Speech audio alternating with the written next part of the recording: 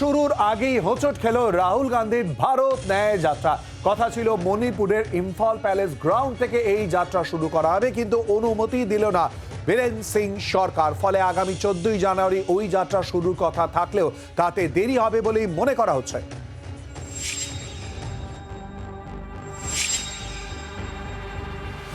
লক্ষ লোকসভা ভোট, জনসমর্থন আদায় করতে মণিপুর থেকে মুম্বাই পর্যন্ত দীর্ঘ পথযাত্রার ঘোষণা করেছিল কংগ্রেস। লক্ষ্য ছিল ৬,৭১৩ কিলোমিটার পথ পেরোবেন রাহুল। ৬৬ দিনে ঘুরবেন দেশের মোট ১১০টি জেলায়। ২০ মার্চ মুম্বাইয়ে শেষ হবে ওই যাত্রা।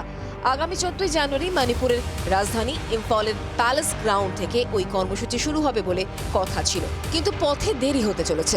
কংগ্রেসের দাবি, সপ্তাহখানেক আগে এ ব্যাপারে সরকারকে জানানো হলেও যাত্রায় অনুমতি দেয়নি মণিপুর সরকার। भारत जोड़ो न्याय यात्रा 14 तारीख को इम्फाल से ही शुरू होगा।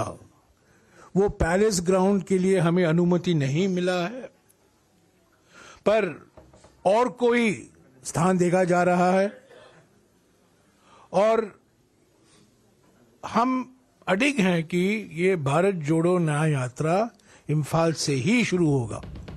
বেশ কয়েক মাস ধরে অশান্তি চলছে মণিপুরে।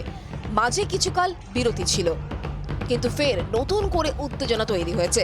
সরকারের তরফে বলা হয়েছে মণিপুরে প্রকাশ্যে এই ধরনের রাজনৈতিক কর্মসূচি পালনের মতো পরিস্থিতি নেই, তবে এর পেছনে রাজনৈতিক কৌশল রয়েছে বলে অভিযোগ কংগ্রেসের।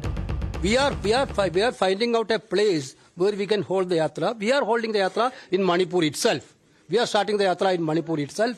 But one thing you have to understand, the Chief Minister himself participated public meeting in Manipur. Bharat জোড়ো 2.0 এই কর্মসূচিকে সামনে রেখে বুধবার প্রকাশ করা হয়েছে পুস্তিকা, চালু করা হয়েছে ওয়েবসাইটও। জানানো হয়েছে নির্দিষ্ট ফোন নম্বরে মিসড কল দিয়ে হওয়া যাবে রাহুলের ন্যায় যোদ্ধা। তবে যাবতীয় আয়োজন কিছুটা হলেও থমকে গেল এবার। রাজীব চক্রবর্তী রিপোর্ট, জি 24 ঘন্টা। বাংলার আওয়াজ, বাঙালির আবেগ, জি 24 ঘন্টা।